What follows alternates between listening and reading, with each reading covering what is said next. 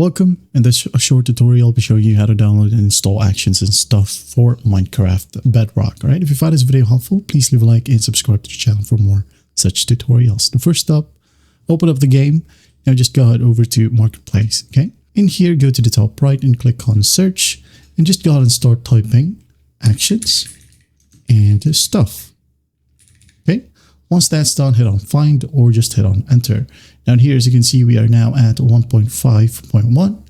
And as you might have noticed, it is not for free anymore. So just click on it.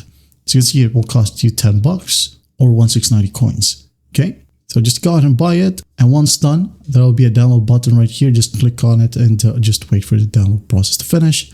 And then after that, once the download is done, you'll have the activate button right here. Just click on activate or activate texture pack. And once you click on it, just go ahead over to my packs. All right.